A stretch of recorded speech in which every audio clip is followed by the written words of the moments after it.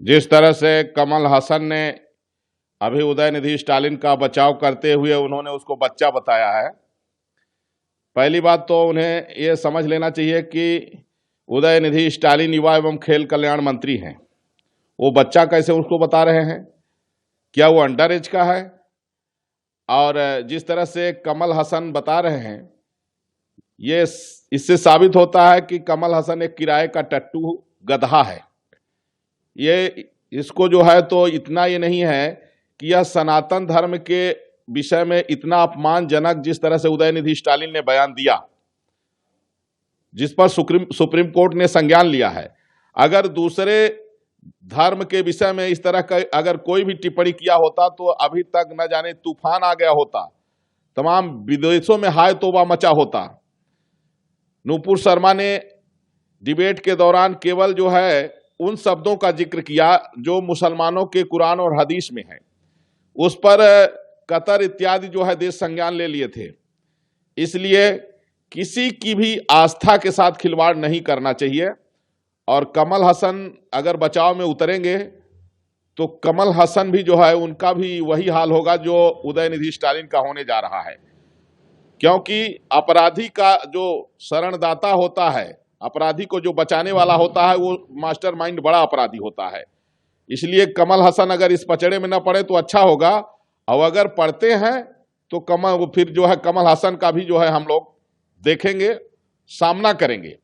जो भी उदयनिधि स्टालिन के बयान से सहमत है और जो भी उदयनिधि स्टालिन का समर्थक है, उन सब लोगों को चेतावनी है। अयोध्या से मैं तपस्वी छावनी पीठाधीश्वर जगत गुरु परमहंस आचार्य, मैं सबकी आस्था का सम्मान करता हूं, लेकिन जिस तरह से उदयनिधि स्टालिन ने सनातन धर्म को लेकर के बयान दिया है, यह क्षमा योग्य नहीं है।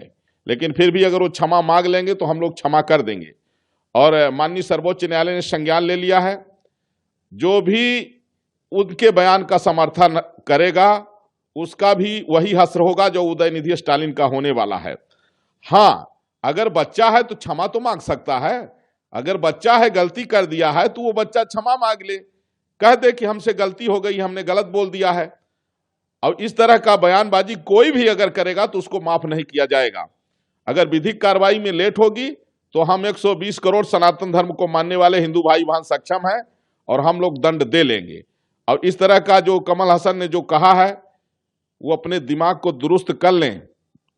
हमने पहले 10 करोड़ का इनाम रखा था उदयनिधि स्टालिन का सर कलम करने के लिए।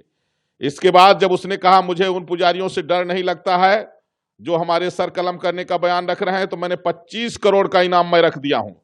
और जो भी उनका बचाव करेगा उसको भी हम लोग नहीं छोड़ेंगे। देखिए, जिस प्रकार से कमल हसन जी बोल रहे हैं, यदि यही बात इस्लाम के ऊपर कहा गया होता और तब वो बच्चा नहीं होता, तब वो दुष्ट होता। और जिस प्रकार से सनातन धर्म के विरोध में वो बोला है, ये निधि, वह उदयनिधि, वो गलत है। और वह एक युवा है, युवा के साथ साथ वो मंत्री भी है। तो मंत्री एक बच्चा नहीं हो सकता, और बच्चा का ज्ञान ऐसा नहीं होता जैसा कि वो कहे हैं।